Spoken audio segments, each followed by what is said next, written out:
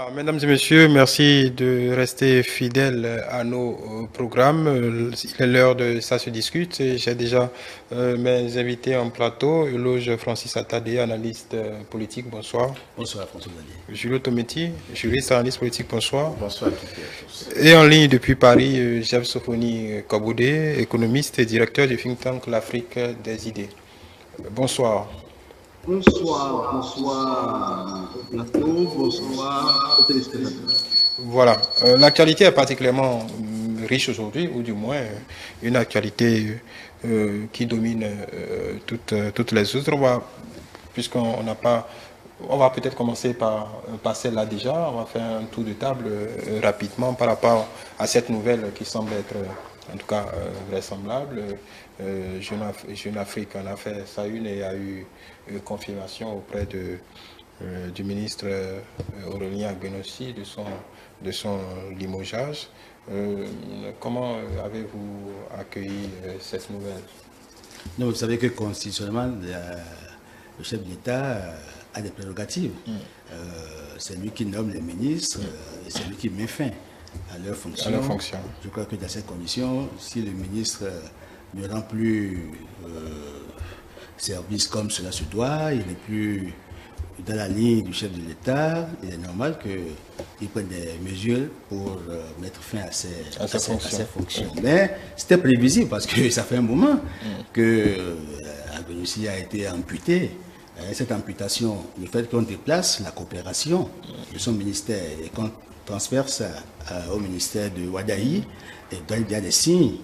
C'était une alerte. On avait parlé pour plus d'efficacité à ce moment-là. Oh, mais écoutez, l'efficacité, c'était la formule diplomatique pour cacher un peu la face visible de l'iceberg. Il y avait peut-être des problèmes qui étaient sous-jacents.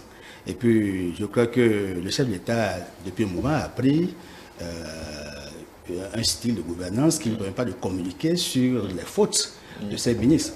Je crois que c'est un peu responsable, c'est sage. Nous n'en serons pas assez. Il faut attendre la fin du régime pour que des investigations plus poussées puissent nous permettre de savoir davantage ce qui a justifié le limogeage de tel ou tel autre ministre. Donc pour l'heure, on s'en tient au limogeage. Le ministre aussi l'a confirmé. C'est regrettable, mais on n'y peut rien, puisqu'il n'est pas le seul. Il y a bien les Béninois qui veulent aider le pays à avancer. Et voilà. L'État est responsable, après tout, de la politique nationale. Donc la Constitution lui fait la part d'elle. Il a ses prérogatives. Mais oui, il n'y a pas de commentaire particulier à faire à ce niveau. Sofoni Kaboudé, comment avez-vous reçu, en tout cas, comment appréciez-vous ce Big Bang? Parce que, qu'on le veuille ou non, Aurélien Agbenossi, en tout cas, il paraissait comme l'un des indéboulonnables du gouvernement. Disons, les collaborateurs, un collaborateur était plus proche du chef de l'État, une statue particulière. Comment avez-vous apprécié ou reçu cette nouvelle? Alors, c'est une nouvelle à bien des égards surprenante, parce qu'effectivement, c'est un poids lourd du gouvernement. Il a conduit, n'est-ce pas, la diplomatie du pays avec grand professionnalisme, parce que après tout, c'est un domaine, n'est-ce pas, qui demande continuité et stabilité. Et donc, bon, il a fait à peu près un peu moins de 7 ans, ou 7 ans. Donc, après, la question qui se pose, d'abord, je voudrais souligner que ça a été un des ministres des Affaires étrangères les plus performants. Je crois que son nom sera à jamais associé, n'est-ce pas, à des grandes choses liées à notre pays, comme la restitution des œuvres d'art, n'est-ce pas, comme des réformes difficiles de rationalisation des consulats et ambassades dans le monde. Je crois qu'il a conduit des réformes absolument considérables et qu'il a, au fond, très bien servi, n'est-ce pas, son pays. Après, on n'a pas un communiqué officiel qui précise les raisons de ce limogeage. Donc, bon, tout ce qui sera dit ne sera que spéculation. Spéculation, voilà. Julio Tometi. Oui, Aurélien Agbenossi est parti. c'est déjà en fait une pratique du gouvernement. Nous ne saurons peut-être jamais et pourquoi, mais les préceptes de la gouvernance recommanderaient que au moins en fait du point de vue officiel, on ait les raisons pour lesquelles il a été même peut dire que d'une certaine façon, s'il y a éventuellement faute, c'est que le chef de l'État n'a certainement pas voulu livrer en fait ceux qui ont été ses serviteurs peut-être à la vindicte populaire d'une certaine façon, parce que ça va jaser beaucoup. Il y aura en fait un peu trop de commentaires. Mais quand ça se passe comme ça, les jours à venir, l'information va se dissiper d'une certaine façon. Mais c'est à croire que fondamentalement, il doit y avoir un problème, parce que le dernier remaniement, ça remonte à quelques semaines. Ça veut dire que si peut-être qu'à un moment donné, on parlerait lorsqu'il avait été amputé, on parlerait il y avait peut-être pour beaucoup d'observateurs une question peut-être de compétence. C'est à croire que au sein du gouvernement, d'autres personnes ont une plus grande habileté à gérer le volet coopération. C'est pourquoi l'efficacité. C'était ça. Compétence.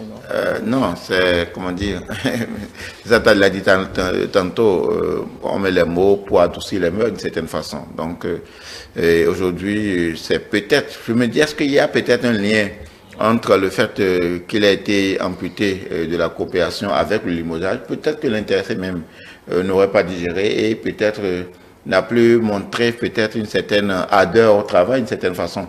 Dans l'un ou l'autre des cas, je dis certainement il doit avoir un lien. En fait, l'information que nous avons aussi aujourd'hui n'a été peut-être que, la conséquence de cette amputation dont nous avons été informés il y a un peu avant le remaniement ministériel formellement. Comme le disait chef tout à l'heure, et René Aguenochi restera dans l'année de la diplomatie béninoise parce que il faut le rappeler encore, comme il a dit, il y a eu véritablement en fait de grandes réformes, une certaine redynamisation de la diplomatie béninoise. À un moment donné, pour la plupart, nous étions contre. On se disait pourquoi fermer, mais après on s'est rendu compte que ce n'est pas forcément la présence, mais c'est l'efficacité dans l'action qui, en cherchant aussi à rationaliser les dépenses, de toute façon, on se disait, parce que ça nous était venu, il était question d'abondir le moins plus que possible les dépenses et, en matière de ressources, intensifier les régies financières. Donc, ce qui a été, à un moment donné, il y a une certaine ouverture, on l'a remarqué, le Bénin était resté à un moment donné fermé. Peut-être lorsqu'on a jugé l'opportunité bonne, on s'est ouverte. Donc, peut-être que encore René Aguenochi, à la fin de sa mission, le chef de l'État peut-être a jugé que d'autres personnes aujourd'hui sont plus habilitées à continuer l'œuvre. Mais peut-être d'un autre point de vue, on peut aussi voir un relais un peu politique. Peut-être nous sommes à 3 ans de la fin du mandat 2006. Ça annonce à grands pas. 2026, ça annonce à grands pas. C'est peut-être pour convoquer d'autres acteurs en fait dans le gouvernemental, histoire de conduire peut-être aussi bien stratégiquement que politiquement la fin du mandat. Voilà, je disais que selon l'article de Jeune Afrique, le ministre lui-même a confirmé avoir été informé de son limogeage aujourd'hui même.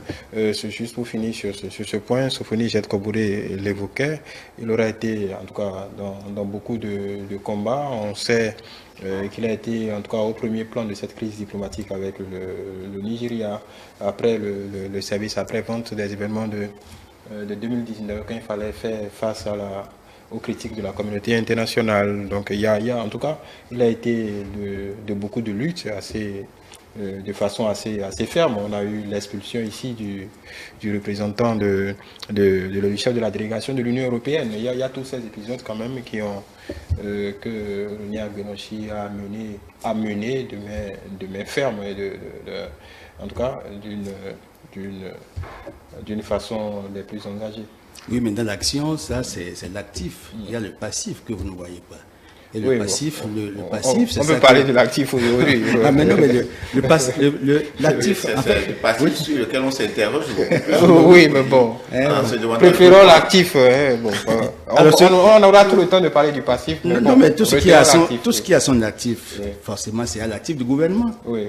Il n'a pas agi institut personnel. Mais le passif, c'est à son seul. Mais oui, le passif, et puis c'est le passif peut-être qui l'a obligé à quitter la barque. Parce qu'en fait, le chef d'État tient à ce qu'on puisse marquer une adhésion totale au programme d'action du gouvernement.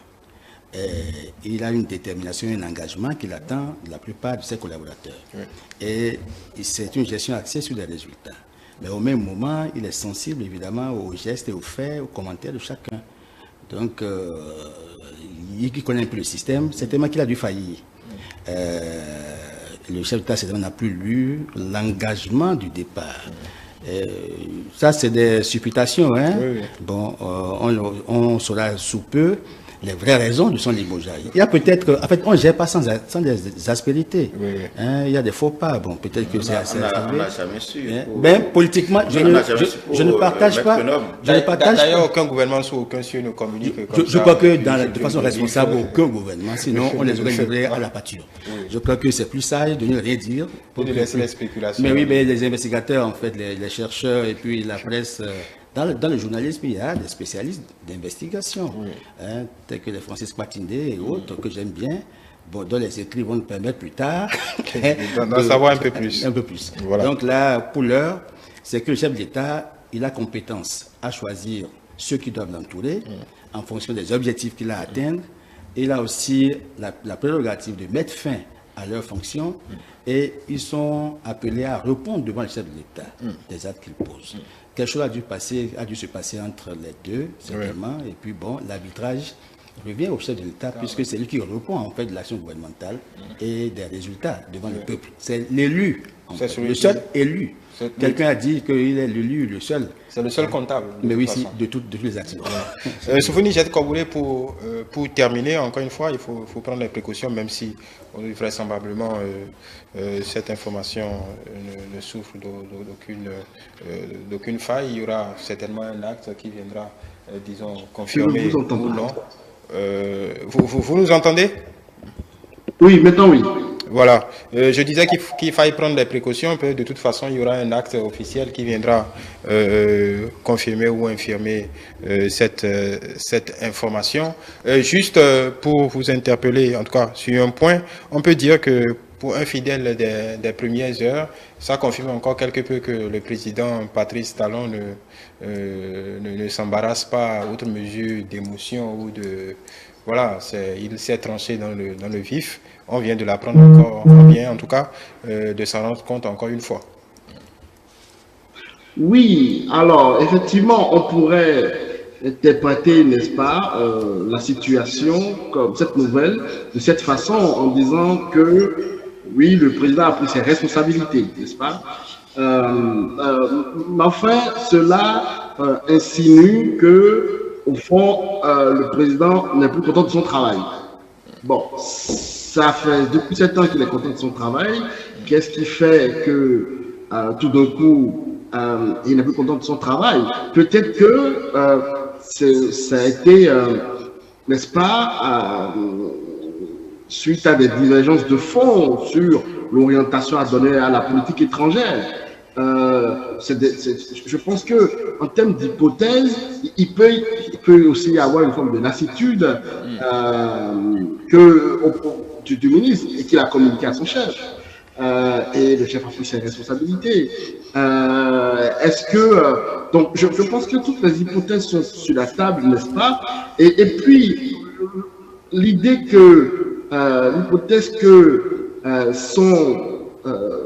son limogeage vient confirmer, enfin, était en quelque sorte annoncé par l'amputation de la coopération au ministère des Affaires étrangères et de la coopération à l'époque.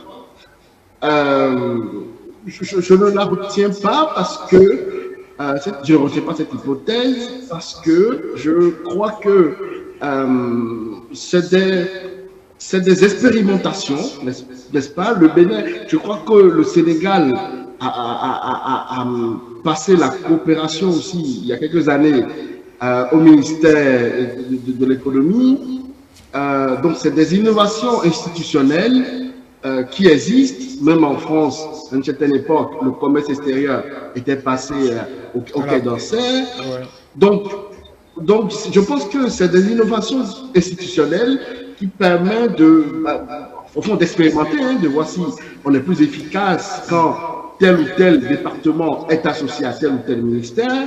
Il n'y a rien jamais gravé dans le marbre. Donc, voilà. Donc, je trouve que c'est un petit peu compliqué, enfin, c'est un petit peu facile de justifier maintenant le limogeage par l'innovation institutionnelle qu'il y a eu.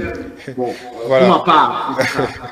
Voilà, on va évoluer rapidement au second sujet. Je rappelle pour être complet sur cette information que toujours selon Jeune Afrique et d'autres plateformes nationales, le poste serait déjà pourvu, serait remplacé, Agnochi serait certainement, vraisemblablement remplacé par Paulette Marceline Adjovi, actuellement ambassadrice du Bénin auprès du Nigeria depuis 2017 en tout cas. Tout ça encore à confirmer officiellement, mais selon les informations qu'il y a, tout ceci paraît vraisemblable. Voilà, en parlant toujours du gouvernement de Patrice Talon. On attend le décret. Oui, on attend le décret, on attend l'acte. Toujours en parlant de Patrice Talon, un mot rapidement, l'an 2 de Patrice Talon 2, parce que ça fait pratiquement 2 ans que le président de la République a prêté serment pour son second mandat à la tête de notre pays. On se souvient de toute la symbolique, en tout cas de la teneur de cette prestation de serment, hautement social, tout ce qui a été annoncé. Alors, 2 ans après, qu'est-ce qu'on peut dire très rapidement sur Je crois qu'après son élection en avril 2021, il a prêté serment le 23 mai 2021. Oui, donc 2 ans pile poil. Du 23 mai 2021 au 23 mai 2023, ça fait très exactement 2 années. 2 années. Donc 2 ans de gestion des affaires de l'État. Alors quel est le bilan? Pas le bilan. Quel est l'état de mise en œuvre du programme d'action du gouvernement? Vous savez que le premier PAG 2016-2021 était un condensé de réformes très ambitieuses, couplées avec des grands projets. Et ce PAG a continué à irriguer en 2023. Vous savez qu'on a fini avec l'asphaltage, la phase 1. La phase 2 vient d'être lancée pour débuter en août. Alors, on peut retenir, pour l'instant, en attendant que nous allions au bilan à la fin de son mandat, son second quinquennat, qu'il a annoncé à l'occasion de son investiture qu'il faisait de ce mandat un mandat hautement social. La preuve, c'est qu'on a vu des mesures sociales fortes, c'est-à-dire par rapport aux fonctionnaires. Revalorisation salariale. En fait, une augmentation du salaire. Il a révalorisé le SMIC. C'est des mesures sociales, en fait, le coût estimatif, ça fait 70 milliards au moins. 60 milliards. 60 milliards. Alors, c'est pas peu. Chaque année, que doit porter le budget de l'État. Au plan social, vous avez vu qu'au niveau du secteur de l'éducation, on a dit qu'il faut maintenir les enfants à l'école. Donc, le programme de cantine scolaire a été plus ou moins dopé. Il y a qu'on offre des facilités aux filles qui sont au secondaire. D'avoir la gratuité des frais de contribution. Et depuis cette année, il y a des bourses. Mais oui, voilà. Donc, il y a des mesures incitatives pour encourager évidemment les filles à rester à l'école et à continuer les études. Je crois que c'est des mesures sociales qu'il faut saluer au plan de l'éducation. Au niveau du secteur de l'enseignement supérieur, nous avions dit qu'il y a eu des réformes, en fait. Il y a 3 grandes réformes qu'il faut saluer. Il y a d'abord la politique nationale pour la recherche et l'innovation, qui a été adopté, qui est mis en exécution. Après, le diagnostic qui a été fait, la vision, les orientations et les mécanismes sont mis en œuvre qui sont déclinés avec les partenaires, les PTF. On a vu après la DCE, c'est-à-dire la délégation contrôle et à l'éthique, qui a été créée et mise en place pour faire un meilleur suivi de l'enseignement au niveau du supérieur, mais aussi voir la moralité. Et au besoin, apprécier la qualité des enseignants qui interviennent au-delà de ce que fait le CAMES, qui est une institution panafricaine, la promotion des enseignes supérieures. Il n'y a que le Bénin a innové en mettant en place la DCE avec des attributions assez élargies. Et tout récemment, il y a le fichier national qui a été mis en place pour susciter les AME qui veulent intervenir dans le secteur de l'enseignement supérieur. Les AMES. AMES. Alors, oui, parce qu'il y en a au secondaire aussi. Vous dites S là, mais il y a supérieur, secondaire, mais écoutez, supérieur cette fois-ci. Oui. Bon, il y a aussi au niveau du secteur de la santé. Vous avez vu qu'il y a eu des recrutements pour renforcer le personnel de santé. Et l'État a envisagé de réhabiliter près de 700 hôpitaux sur l'ensemble du territoire. Donc, au niveau du secteur de la santé, il y a des actions qui sont menées. Au niveau de l'économie, vous avez vu que la dynamique économique, je crois, est saluée par plusieurs agences, chargées même de la notation. Nous sommes passés à B+, avec des perspectives stables. Donc, on peut se réjouir de ce que le Bénin, qui hier peinait à dépasser la croissance de 6%, est au-dessus de 6%. C'est encourageant. Donc, en examinant la dynamique économique au Bénin, on peut dire que notre économie est en marche. Et à ce titre, il faut saluer les réformes qui ont été engagées courageusement et qui sont en train de produire des fruits. C'est-à-dire, c'est plus rassurant les clignotants qui s'annoncent. Ça rassure que le chef de l'État a eu le mérite à initier des réformes qui aujourd'hui permettent au Bénin d'être logé sur l'orbite des pays très respectés. Et vous avez vu qu'au niveau de l'inflation, en 2022, au moment où le chef de l'État, en décembre, le 8 décembre, quand il était en face des députés, il avait dit que l'inflation c'était 2%.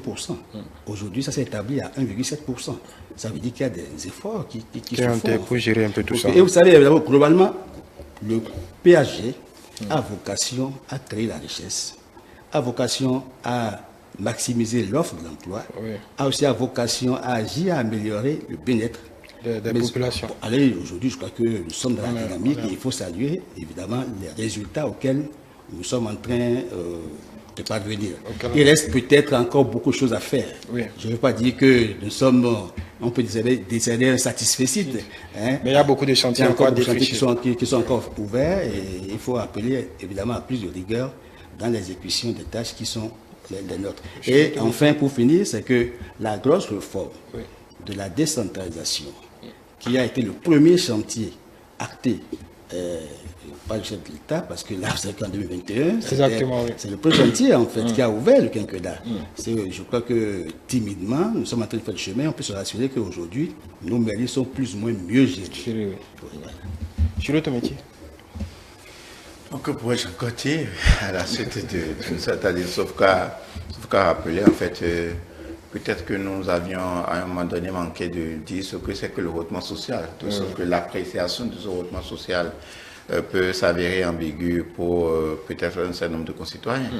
Pour moi, le redressement social, c'est une politique gouvernementale qui permet l'accès à l'eau potable, l'accès à l'énergie, l'accès à l'éducation, l'accès à la santé. Et quand on connaît tous ces éléments-là, ça se retrouve exactement en fait dans ce que M. Attadé est en train de décrire actuellement.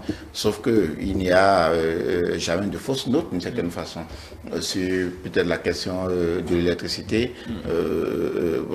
Ces derniers mois ou bien ces 2 dernières années, il y a eu, ça a été mis un peu à rude épreuve. Nous espérons que des solutions palliatives soient trouvées parce qu'il paraît que c'est parce que nous avons été coupés en fait de notre alimentation du Nigeria, comme si le contrat avec le Nigeria a été rompu. Donc le Bénin, on peut le dire d'une certaine manière, parce que nous avons parlé au cours du premier mandat de la notion de résilience. Donc avec cette résilience, nous pouvons parvenir peut-être à une autonomie énergétique qui nous prémunit quelque peu de ces déboires-là, de cette façon. Sinon, du point de vue global, nous pensons que ça se déroule assez bien. Nous sommes à 2 ans.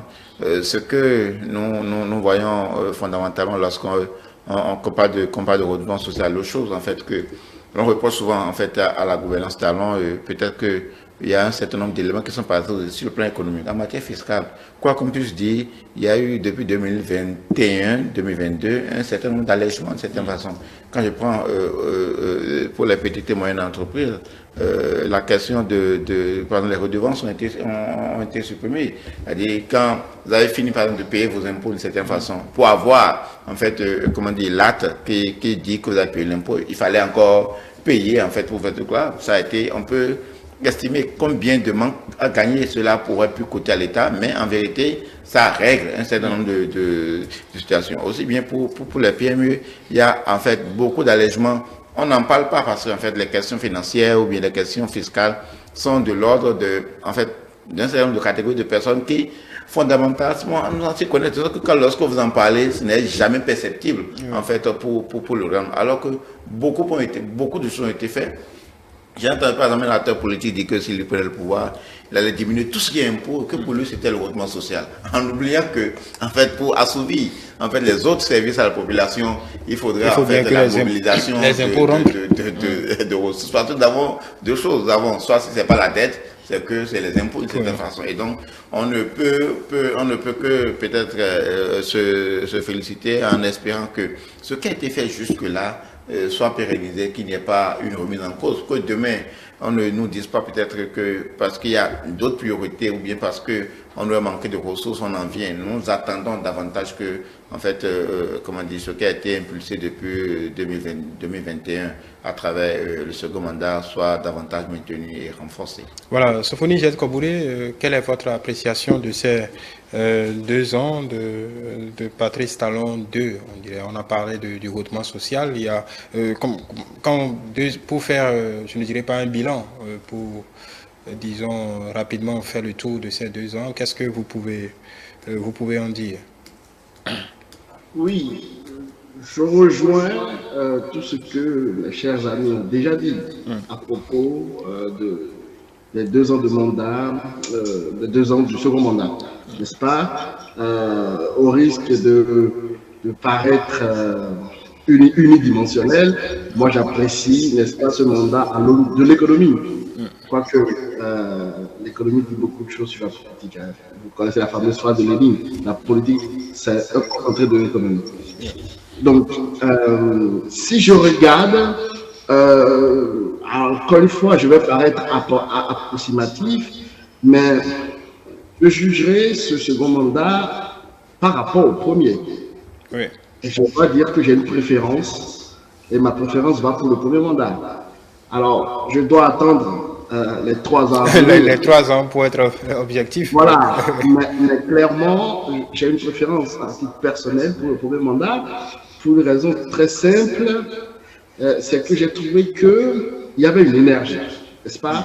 Il y avait un vent de liberté économique qui a soufflé sur le Bénin dès 2016. Il y avait une ambition réformatrice qui était absolument phénoménale. D'ailleurs, dans ma tribune pour Jeune Afrique tout dernièrement, c'est ce que j'essayais d'expliquer, que il y avait un vent de liberté économique qui était vraiment profond. Au fond, c'est ce que j'ai appelé dans la tribune, vous vous rappelez peut-être, la ponocratie libérale. C'est-à-dire que ponocratie, parce que dès son arrivée, le président Talon a décidé de mettre le pays au travail en quelque sorte, avec, n'est-ce pas, cette déréglementation des contrats de travail, avec la possibilité, par exemple, de renouveler indéfiniment un CDD, en laissant, n'est-ce pas, la liberté à l'entrepreneur, à l'employeur de fidéliser ou pas son employé. Comment dire, ce qui s'est passé dans la filière coton est à proprement parler une révolution en 2016. Pour une première fois, l'État est sorti, n'est-ce pas, de la filière en responsabilisant les acteurs de la filière. Il y a eu trois grands phénomènes autour de la filière coton. La démonopolisation de la filière, la redéfinition des rôles et un environnement institutionnel favorable. Et comme par hasard, on passe premier en Afrique en termes de production de coton. Qu'est-ce que vous sentez de différent cette fois-ci? Qu'est-ce qui vous chagrine? On n'est pas devenu socialiste. On n'est pas devenu socialiste du jour au lendemain. Il y a toujours la liberté économique. Oui. Enfin, si vous voulez. Bon, d'abord, je vous renvoie à ma tribune. Mais c'est surtout que si j'ai l'occasion, n'est-ce pas, de poser la question au chef de l'État, ça ne m'étonnerait pas que lui-même dirait qu'il a une préférence pour le premier mandat. Ça ne m'étonnerait pas, parce que je trouve que, non pas que le second mandat ne se passe pas bien, il se passe très bien, mais je suis obligé de le comparer, n'est-ce pas, au mandat précédent, et je dois dire que j'ai une préférence. Le second mandat, je trouve que l'ambition réformatrice qui a été le cœur, n'est-ce pas, du premier mandat, c'est quelque peu a perdu un peu de puissance, n'est-ce pas? Et après, encore une fois, c'est un petit peu approximatif la comparaison que je fais parce qu'on n'a pas encore terminé le second mandat.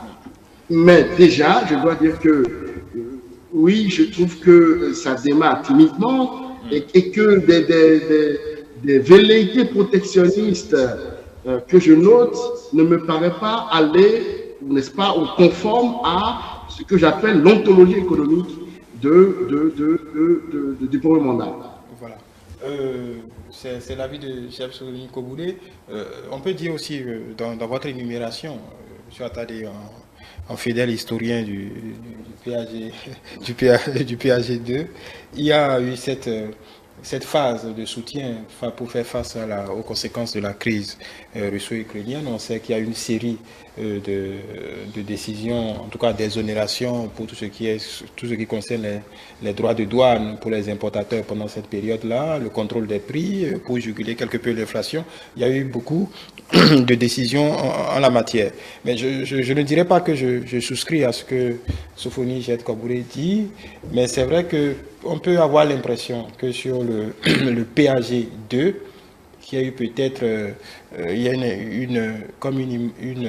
disons, un soupçon de retard à l'allumage pour juste faire disons, pour marquer un jalon, c'est-à-dire que la phase 2 du projet asphaltage, grosso modo, ne commencera que 2 ans après. Ça ne veut pas dire que ça ne marche pas, mais bon, est-ce qu'il y a peut-être eu des réajustements? Il y a eu quelques difficultés qui sont passées. Non, je crois avoir dit dans ma première prise de parole que en fait le PAG1 était un condensé ambitieux de réformes et aussi de projets. Il y avait 45 projets phares qui touchaient 9 secteurs clés. Et aujourd'hui, vous avez vu, si vous lisez le PAG2, vous allez voir que c'est la poursuite des actions. Exactement. Il y a plusieurs programmes qui chevauchent en fait sur les programmes. Donc c'est la poursuite des actions. Ça donne l'impression que en fait, la vitalité qu'on a lue aux premières heures de la mise en œuvre du PAG1, on n'a pas senti ça exactement au lancement du PAG2. C'est un peu comme s'il y a une torpeur. Non, c'est le sentiment. En fait. C'est le sentiment qui s'en dégage. Mais scientifiquement, ça ne tient pas. Parce que en fait, les projets ont continué à être exécutés et il y a un suivi méticuleux. Vous avez vu le 8 septembre 2022, pendant que le ministre était encore en poste, il a lancé en fait de grands projets, les axes routiers. Il y a 335 km de routes qui seront bitumées. La route Parakou-Berouboué, la route Ndali-Niki, Niki et la suite, jusqu'à Kondé, vous voyez tout ça. Il y a que on ne sent pas, en fait, on n'a pas senti trop d'agitation. Il y a que le gouvernement a acquis de l'expérience et il y a un suivi qui se fait avec plusieurs structures. Puisque, entre-temps, on a mis en place le BAI qui fait le suivi méticuleux de tout ce qui se passe comme projet, l'exécution des projets et qui audite. Donc, dans ces conditions, il est normal que les gens se disent qu'il n'y a pas un truc. Le truc asphaltage, la phase 1, mais voyez bien, ça fait 9 villes. 9 villes qui sont concernées. Vous avez vu aujourd'hui le visage des villes. Ça a transformé de façon structurelle, en fait. le visage de nos villes. Et ça, les villes sont devenues plus attrayantes. Alors, ça a duré, parce qu'évidemment, au moment où on lançait le PAG1, je trouvais que 5 ans, c'était trop peu. C'était trop peu. Et c'était osé de dire qu'en 5 ans, on pouvait réaliser autant de projets. Donc, c'est normal qu'on ait fini la phase numéro 1 et qu'on ait lancé la phase 2. Il faut que les Bédouins soient tolérants parce qu'il y a une exécution qui est en cours, il y a un suivi méticuleux qui se fait de la mise en œuvre des projets.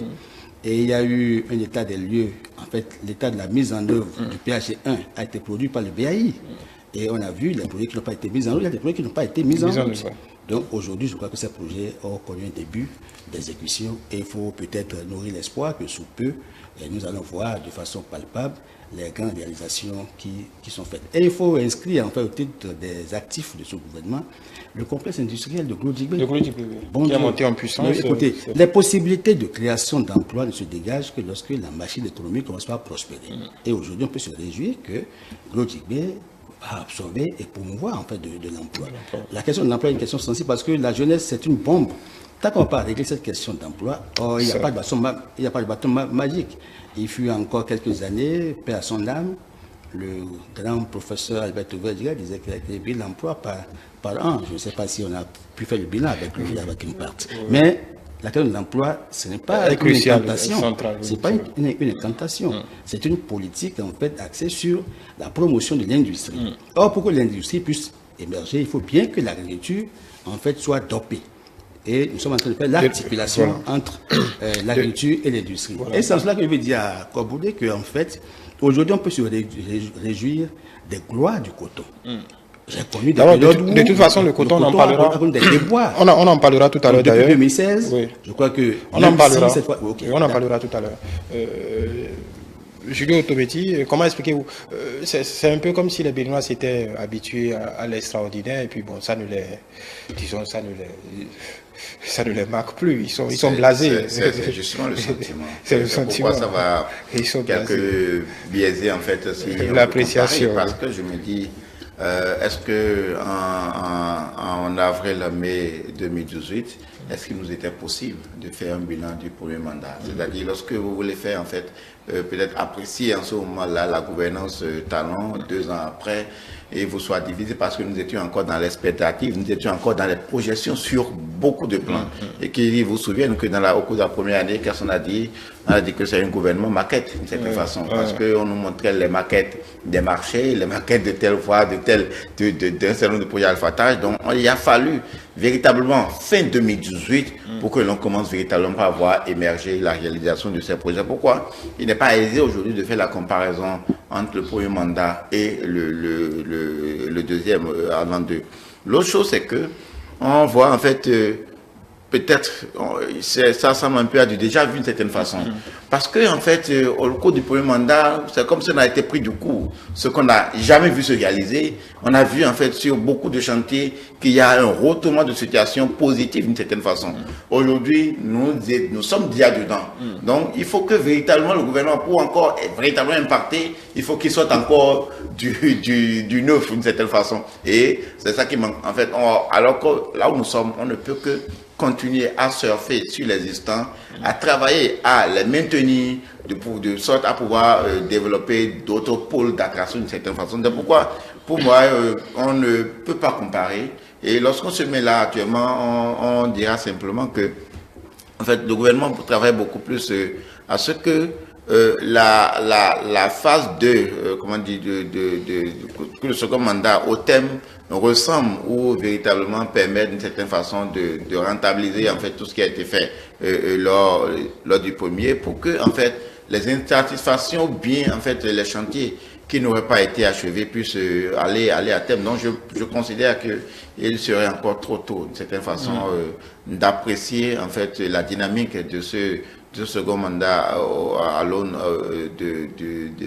du premier. Donc, attendons encore de voir, mais il y a en fait des éléments d'assurance de ce qui a jusque-là, rien fondamentalement n'a été remis en cause par rapport à ce qui a été fait.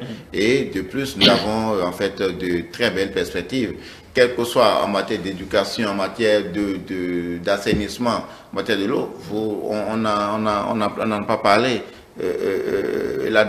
au-delà de l'asphaltage, il y a en fait ce projet-là financé par la Banque mondiale, notamment en ce qui concerne les projets d'assainissement d'eau fluviale qui, à terme, véritablement vont encore donner une autre configuration, en fait, en s'ajoutant à l'asphaltage que nous avons connu.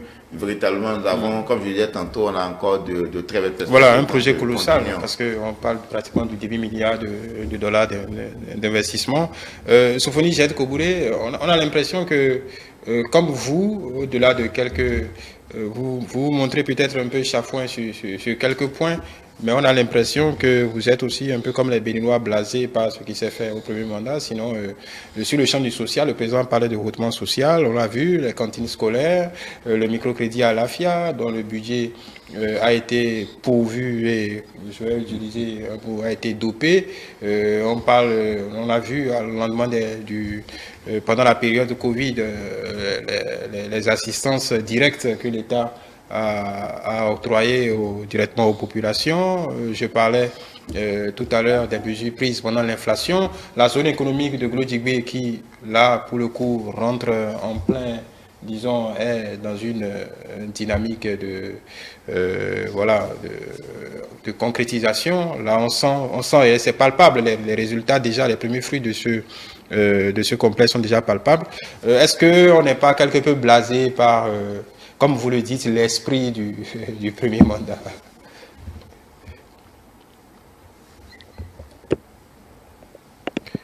Alors, non, je ne suis pas blasé. Ça n'est pas dans ma nature que d'être blasé. Je ne crois pas que les Béninois le sont non plus. Le soir ne le plus pas. Je dois dire que, effectivement, ce mandat suit son cours. Mais tout à l'heure, je ne comparais pas, je ne mettais pas en correspondance le second mandat par rapport au premier mandat sous le rapport de réalisation. À la mesure, effectivement, dans le second mandat, on n'a fait que 2 ans. Oui. Et ça serait, à proprement parler, imbécile de faire une comparaison sur le rapport des réalisations. Ça n'était pas mon propos. Je faisais une comparaison sur le rapport de la... Allez, osons le mot, sur le rapport de la philosophie économique. N'est-ce pas? Et c'est en cela que je dis que j'ai une préférence pour le premier mandat. Oui, qu'est-ce qui vous chagrine très rapidement? C'est quoi? L'interdiction d'exporter le soja par autre voie que la voie maritime, ou bien l'histoire des poulets fermiers? Puisque j'ai lu votre tribune. Mais bien sûr. Voilà. Les deux, parce que si nous avons accepté être dans une organisation sous-régionale qui interdit formellement ce protectionnisme, respectons les textes que nous avons nous-mêmes signés. Oui. N'est-ce pas? Et je constate aussi que, voilà, par exemple, l'interdiction, le poulet, etc., tout ça me paraît aller en tout cas, pointer dans une même direction. Et c'est en cela que je dis que la philosophie économique a quelque peu changé. Vous parlez de haussement social. Oui. Je suis d'accord, on augmente le budget des actions sociales, etc., etc. Mais enfin, ce qu'il y a quand même de plus social, ça n'est pas de faire du déficit budgétaire et donc d'augmenter la dette publique. Ce qui est social, c'est que les Béninois trouvent des emplois. Oui. Et ça, c'est vrai, c'est le vrai haussement social. Et c'est ce qu'on a réussi dans le premier mandat. Encore une fois, je suis d'accord, le second mandat suit ce cours, fort bien d'ailleurs. mais encore une fois, moi je note un changement de pied et je suis franchement très curieux de savoir ce que le chef de l'État en pense. Voilà, on lui demandera si l'occasion nous en est, nous en est donnée. L'autre fois, on va faire, il nous reste exactement 9 minutes. On va faire un lien rapidement avec le dernier sujet, puisqu'on parle d'agriculture, d'économie. Les chiffres, les vrais chiffres de la production cotonnière 2022-2023 ont été publiés. Et la production s'afficherait à 4 545 tonnes. L'objectif était 800 000 tonnes. Par rapport à 2022, on est à 8% en moins. Bon, on est toujours en tête de peloton, en tout cas dans nos eaux, statistiquement parlant. Mais peut-être la bonne nouvelle est ailleurs, puisque en termes de productivité par État, on sait que c'est un cheval de bataille du gouvernement et du ministre de tutelle. On a fait quand même un bond intéressant de 1229 kg par État contre 1199 kg par État en 2021. On sait que c'est ce gap-là qui nous différencie, par exemple, de la Chine, des États-Unis, parce que ces pays qui produisent énormément de coton ont des rentabilités, en tout cas ont des récoltes de productivité par État autrement plus importantes que ce que les pays africains arrivent à faire. Donc cette progression constante, je sais qu'on vient de 900 et quelques kilos, je crois en 2019 ou 2018, de 900 et quelques kilos par État. Aujourd'hui on est à 1200 kilos, 1229 kilos par État. Donc en tout cas, ça semble démontrer peut-être que la politique du gouvernement s'avérera in fine payante pour la filière. La rentabilité à l'hectare pour les espaces emblavés, en fait, c'est vrai que c'est lié aux mesures d'encadrement. Aux différents soins apportés aux cotonniers. Oui. Bon, mais ce qui est plus intéressant, c'est surtout le prix d'achat, parce que vous avez vu que le coton conventionnel, le premier choix là, c'est passé de 265 francs à 300 francs le kilo. C'est ça qui intéresse en fait le producteur. C'est vrai que pour la campagne cotonnière 2021-2022, nous étions à 766, oui. 273, donc 766 273 tonnes. Et on envisageait déjà les 800 000 tonnes. Cette fois-ci, on est tombé à 704 545 tonnes. Bon, je crois que au-delà de cette baisse légère, en fait, il faut reconnaître qu'il y a une dynamique qui est en cours depuis 2016. Le coton a connu des périodes de gloire et de déboire. Je vais rappeler, en fait, si vous me permettez, très rapidement, parce qu'il nous reste en fait, notre économie en fait, est axée sur la production des cultures de rente. De 60 à 75, c'était le cycle du palmier à huile, une économie palmifère. C'est le palmier à huile, en fait, quoi, et les tourteaux et tout ce qui est dérivé du palmier à huile.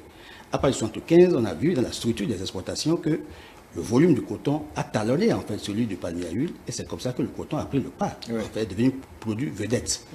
De 75 à 90. Il y a eu des mesures, en fait, qui ont été... Et 90, vous savez, évidemment, qu'avec le renouveau, il y a eu d'autres mesures. Il y a eu les programmes de stabilisation. La libéralisation du secteur, un début de libéralisation du secteur. Et malgré ça, on n'a pas atteint les performances, en fait, souhaitées. Il y a eu, surtout après 2006, quand Bonigaï est venu, il y a eu des périodes d'effondrement. On est tombé à 190 000 tonnes. Après, on est remonté à 285, 300 tutoyés, et puis bon, Bonigaï envisageait les 400 000 tonnes.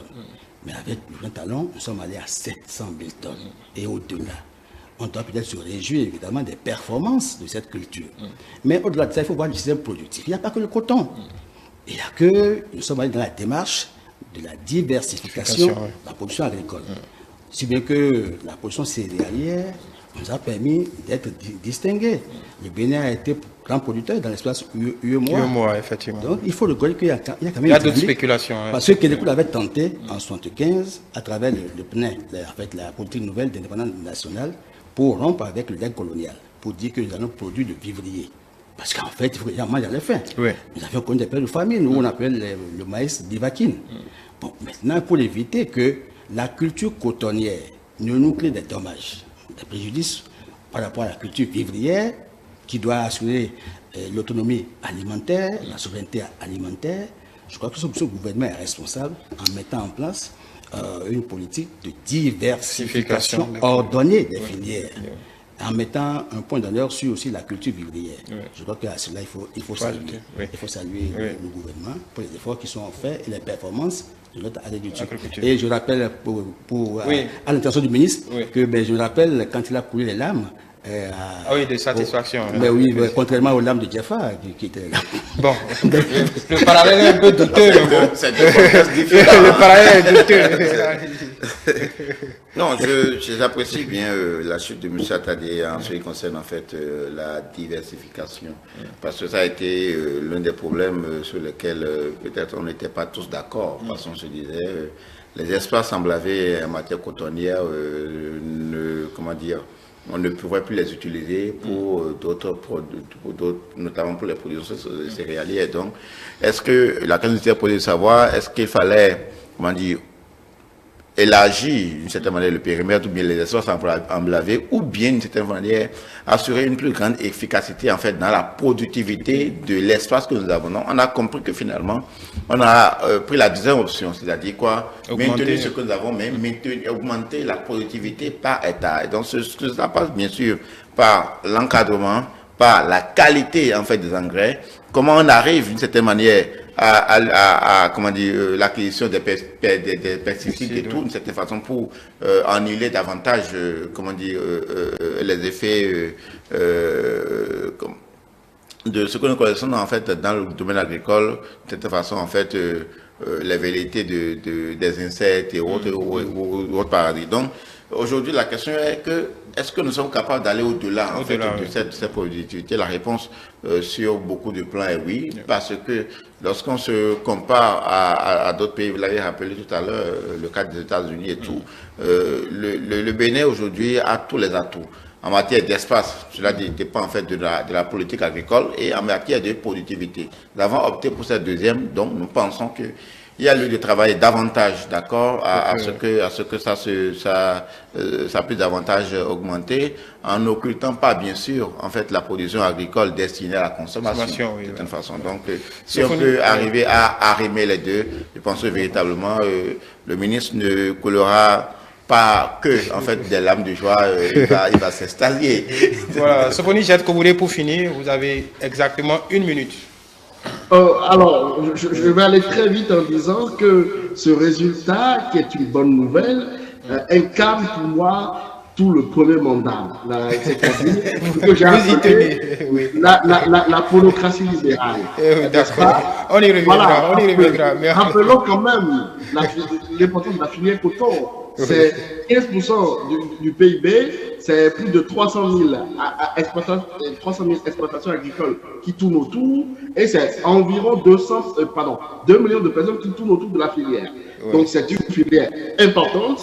Et encore une fois, le vent de liberté économique qui a soufflé sur ce secteur, sur cette filière en 2016, on en bénéficie encore aujourd'hui. Merci beaucoup. Voilà. Merci beaucoup. Nous allons y revenir certainement pour d'autres développements. Merci Sophonie Jette Koboulé, économiste et directeur du think tank l'Afrique des idées. Loge Francis Attadé, analyste politique, et Julio Tometi, juriste et analyste politique. Voilà, nous avons essayé de faire le tour en tout cas de l'actualité du jour. Je rappelle que vous pouvez revivre cette émission sur notre page YouTube ETélé Bénin, notre compte Twitter ETélé Live, notre compte Facebook ETélé en direct, et continuez par nous suivre via notre application ETélé Bénin. Merci et rendez-vous demain pour d'autres développements.